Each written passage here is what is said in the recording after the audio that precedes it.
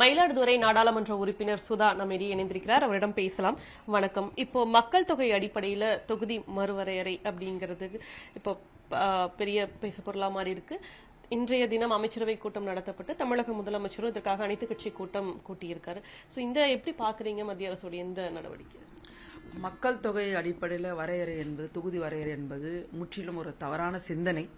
மத்திய அரசாங்கத்திற்கு இந்த சிந்தனை எப்பொழுது எதற்காக வந்தது என்றால், இன்றைக்கு சவுத் இந்தியாவில் இருக்க மாநிலங்களாக இருக்கட்டும், தமிழ்நாடு, கர்நாடகா, ஆந்திர பிரதேஷ், கேரளா, தெலுங்கானா போன்ற மாநிலங்களில் முற்றிலுமாக மக்கள் பாரதிய ஜனதா கட்சியை நிராகரித்திருக்கிறார்கள்.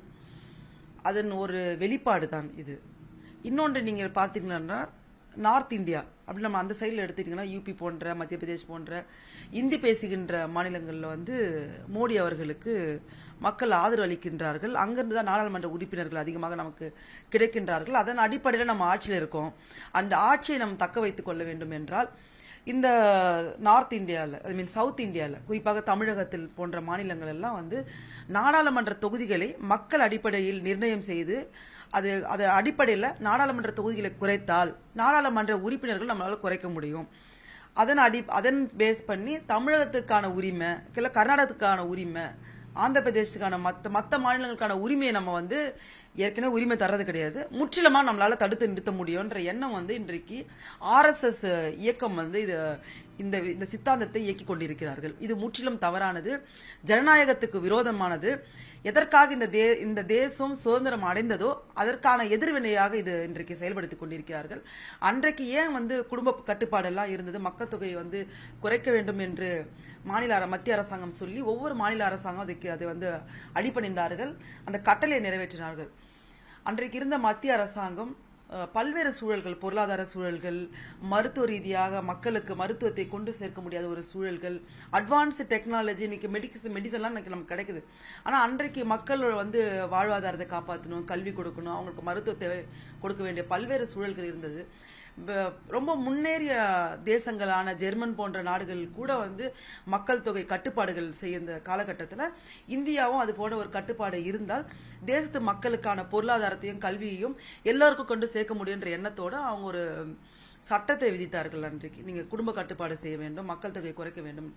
அதை பின்பற்றி தமிழகம் முதன்மை மாநிலமாக அதை மத்திய அரசாங்கம் சொன்ன விஷயத்தின் அடிப்படையில் நம்ம குடும்ப கட்டுப்பாடு, ஒரு வீட்டில் 5 பேர் 6 பேர் இந்த சூழல்களை போய் 3 பேர் ஆகி அப்புறம் 2 பேர்கள், நாம் இருவர் நமக்கு இருவர் என்ற ஒரு ஸ்லோகன் நீங்க பாத்தீங்கன்னா பஸ், லாரி போன்ற அத்தனை வெஹிக்கிள் இருக்கும், எல்லா இடத்துல சுவர் விளம்பரமாக கூட நிறைய இருந்துச்சு. ஆனா இன்றைக்கு காலகட்டத்தில் நம்ம பொருளாதார சூழல்கள், இந்த மற்ற சூழல்கள் எல்லாம் பார்த்து நம்மளே நாம் இருவர் நமக்கு ஒருவர் இருந்தா போனதுன்ற சூழல் அரசாங்கம் சொல்ல நாமளே உருவாக்கிட்டோம். அந்த அடிப்படையில் தமிழகத்துக்கான மக்கள் தொகை என்பது வட மாநிலங்களை கம்பேர் பண்ணா, யூபி, ராஜஸ்தான் போன்ற, மத்திய பிரதேஷ் போன்ற மாநிலங்களை கம்பேர் பண்ணும்போது நம்ம கம்மியா இருக்கும்.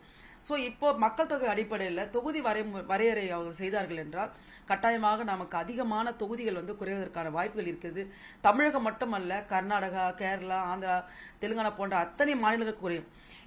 இப்போ இன்னைக்கு பாராளுமன்றத்தில் தமிழகத்திற்கு கிடைக்க வேண்டிய நிதியாக இருக்கட்டும், தமிழகத்துக்கு கிடைக்க வேண்டிய உரிமைகளாக இருக்கட்டும், அது எதுவுமே கொடுக்க மறுக்கின்றார்கள் மத்திய அரசாங்கம். அப்படி நாடாளுமன்றத்தில் இருக்கின்ற அத்தனை 40 பாண்டிச்சேரியும் சேர்த்து 40 உறுப்பினர்கள் நாங்கள் குரல் கொடுத்தாலும் கூட மத்திய அரசாங்கம் அது ஏதோ ஒரு சாதாரண ஒரு விஷயமாக கையாள்வது, உதாசீனப்படுத்துவது நிலைமைதான் இருக்கு இன்னைக்கு. இப்படிப்பட்ட ஒரு சூழ்நிலையில தொகுதி நீங்க குறைத்து நாடாளுமன்ற உறுப்பினர்கள் குறைந்து போனால் தமிழகத்துக்கு ஆன உரிமை என்பது முற்றிலுமாக மறுக்கப்படும்.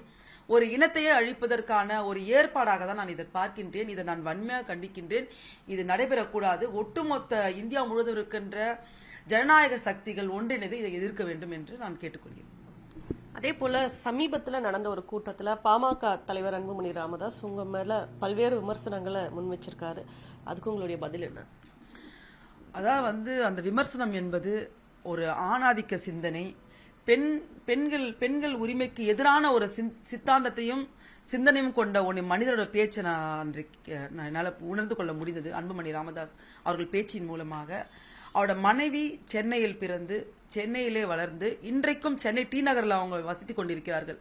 இங்கிருந்து தருமபுரியில் போய் நிற்க முடியும் என்ற ஒரு சூழல் இருக்கும் பொழுது சென்னையில் வாழ்ந்து கொண்டிருக்கின்ற நான் இன்னைக்கு மயிலாடுதுறையில் செட்டில் ஆயிருக்கேன். நான் ஏன் மயிலாடுதுறை மக்கள் அங்க போய் நான் வாக்குகளை பெற்று வெற்றி பெறக்கூடாது என்ற சிந்தனையே தவறானது. என்னோட காங்கிரஸ் பேரியக்கத்தின் தலைவர் ராகுல் காந்தி அவர்கள் நான் எங்கு நிற்க வேண்டும் என்று அவர் முடிவு செய்து மயிலாடுதுறைக்கு என்னை அனுப்பி வைத்தார். அந்த அடிப்படையில் மயிலாடுதுறை மக்கள் என் மீது நம்பிக்கையும் அன்பும் பாசமும் வைத்து எனக்கு வாக்களித்தார்கள். இன்றளவிலும் நான் அவர்களின் நம்பிக்கையை பெற்று அவர்களோடு பயணித்துக் கொண்டு அங்க இருக்கின்ற விவசாய மக்களோடு, அங்கிருக்கின்ற மீனவர்கள் மக்களோடு, அங்க இருக்கின்ற அனைத்து மக்களோடு நான் தினந்தோறும் பயணித்துக் கொண்டிருக்கின்றேன். அவர்களோடு உரையாடி கொண்டிருக்கின்றேன். அவர்கள் தேவைகளை நாடாளுமன்றத்தில் குரலாக எழுப்பிக் கொண்டிருக்கின்றேன். இப்படி இருக்கின்ற இந்த சூழலில் நான் மயிலாடுதுறைக்கு சென்ற கும்பகோணத்தில் நடந்த பாமக நடத்திய பொதுக்கூட்டத்தில் சுதா யார் என்று தெரியாது, சுதா சென்னையிலிருந்து வந்தவர், யார் என்று தெரியாதவருக்கு நீங்க வாக்களித்தீர்கள் என்கிறார்.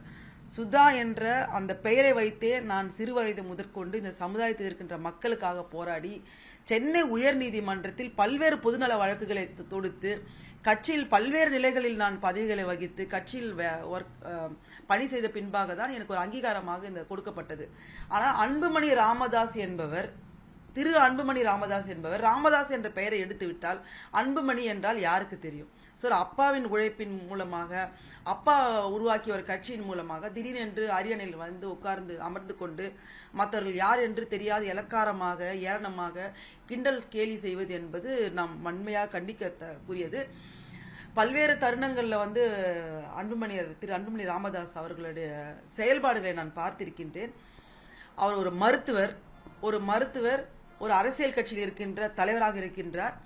நீங்கள் கட்டாயமாக இந்திய அரசியலமைப்பு சட்டத்தின் புத்தகத்தை நீங்கள் படிக்க வேண்டும். ஏனென்றால் ஒவ்வொரு இந்திய குடிமகனுக்கும் இந்தியாவில் எங்கு வேண்டுமென்றாலும் நாடாளுமன்ற தொகுதியில் நிற்கலாம் என்று அடிப்படை உரிமையாக கொடுக்கப்பட்டிருக்கிறது. ஒரு அரசியலமைப்பு சட்டத்தின் அடிப்படையை கூட நீங்க புரிஞ்சிக்காம இன்றைக்கு பெண் நாடாளுமன்ற உறுப்பினரை பார்த்து நீங்க இப்படி ஒரு கேள்வி கேட்பது, உங்களுக்கு ஒரு ஆண் நாடாளுமன்ற உறுப்பினரை பார்த்து கேள்வி கேட்பதற்கு உங்களுக்கு திராணி இருக்கிறதா, தைரியம் இருக்கின்றதா? எல்லா கட்சியிலும் இருக்கின்றவர் எங்கெங்கோ சென்று போட்டியிடுகிறார்கள். மக்கள் தான் அதை ஏற்றுக்கொள்ள வேண்டும், அவர்கள் நிராகரிக்க வேண்டும். தனிப்பட்ட முறையில் கருத்து சொல்வதற்கு உங்களுக்கு எந்த தார்மீக உரிமையும் கிடையாது. அதே போன்று திரு அன்புமணி அவர்களுக்கு நான் வைக்கின்ற கோரிக்கை என்னவென்றால், உங்கள் இல்லத்தில் பெரியாரின் சிலையை வைத்திருக்கிறீர்கள், மார்க்சின் சிலையை வைத்திருக்கிறீர்கள். ரெண்டு சிலையை நீங்கள் கட்டாயமாக அகற்ற வேண்டும். ஏனென்றால் பெரியார் மார்க்ஸ் அவர்களின் பெண் உரிமைக்காகவும் பெண்களின் முன்னேற்றத்திற்காகவும் மிகவும் நம்பினார்கள். அவர்களுக்காக உரிமை குரல் கொடுத்தார்கள். அந்த சிலையை வீட்டில் வைத்துக் கொண்டு பெண்ணுக்கு எதிராக நீங்க பேசுகின்ற இந்த பேச்சு என்பது வன்மையாக கண்டிக்கக்கூடியது.